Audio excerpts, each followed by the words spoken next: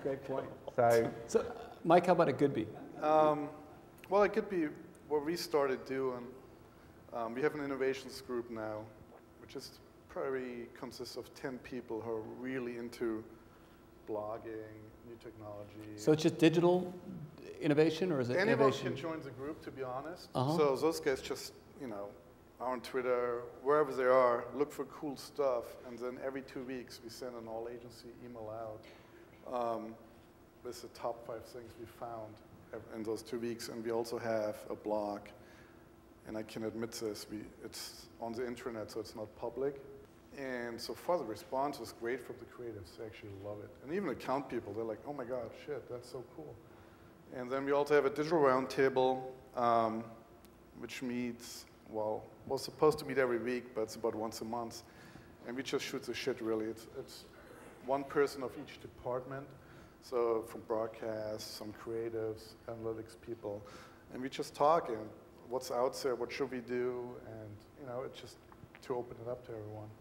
I mean, those are really, I'm sorry, I was going to say that those are the most useful things, the internal roundtables of, and it just starts with, okay, so who has something to share? And it's just, you just start to realize that there's so much out there that you never see, and you just always feel so far behind. But people are always digging little things up that's so cool. And you're like, oh, that's great, we could use it over here, or that's just interesting. But that's, for an hour a week or a month, it's great. Yeah, especially I feel like even the creatives, they can't keep up to date with what's out there. I mean, they're busy working. Yeah. So, a lot of times now it's the producers, strategists, planners who tell the creatives what's out there, what other people are doing. We just don't really, people don't really have a choice. Like, everybody in the company blogs. We've been doing it on the company blog for about 2 years.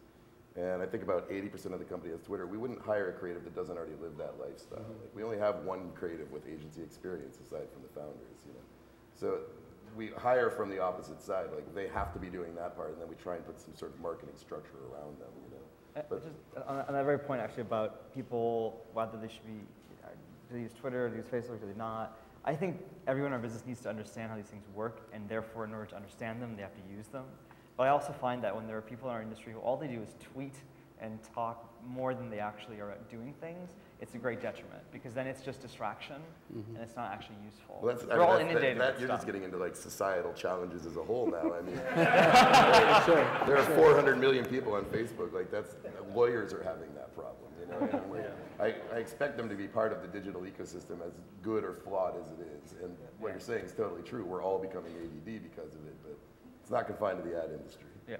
Well, it seems like one of the issues is transparency too, right? I mean, we've always had these conversations inside on ideas, and since our business is all based on ideas, we've always been really protective of those, and all of a sudden now you've got everybody in the place blogging or tweeting, and it's become a lot more porous. I mean, how do you deal with that? We just do it by not making a lot of money. That's a good way. Yeah, I mean, we're just like, I just went an article of faith on transparency.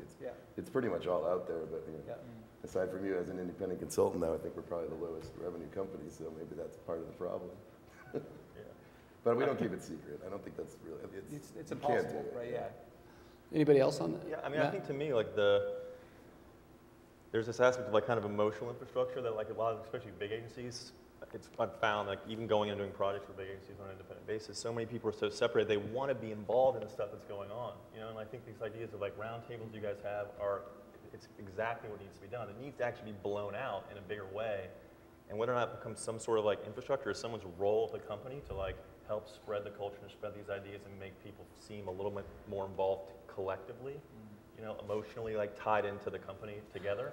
I think that's one area, and, like, transparency is part of that for sure. Because, like, I think the real challenge is that this is where non-industry digital culture is going. Like, they're all tweeting and sharing and collaborating. So it's sort of like we are all shifting our companies to match and reflect what our consumers are doing. It's not just a sharing tool to pass around cool creative ideas. It's a method to understand what the consumer is doing now. So we don't have a lot of choice but to reflect their usage patterns, because that's who we're trying to sell to. If we don't participate like they participate, if we're not on Tumblr and we're not tweeting and on Facebook, then we don't get them. It's not just a knowledge sharing, you know what I mean? It's insight into what people are doing now online.